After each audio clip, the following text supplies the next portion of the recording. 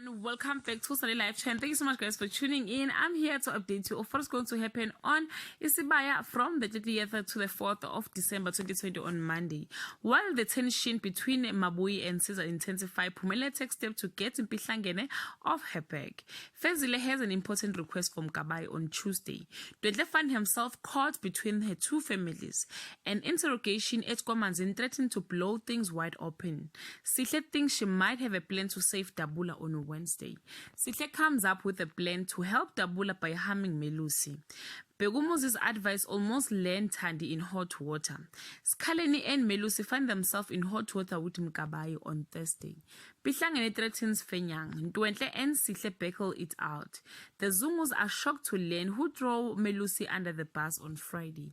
Melusi faced the Chief Justice over banning the taxis. Fenyang lies to Pumele and arranged to get some justice of his own. Skaleni feels he has been treated unjustly and bring Begumuzi some troubling news.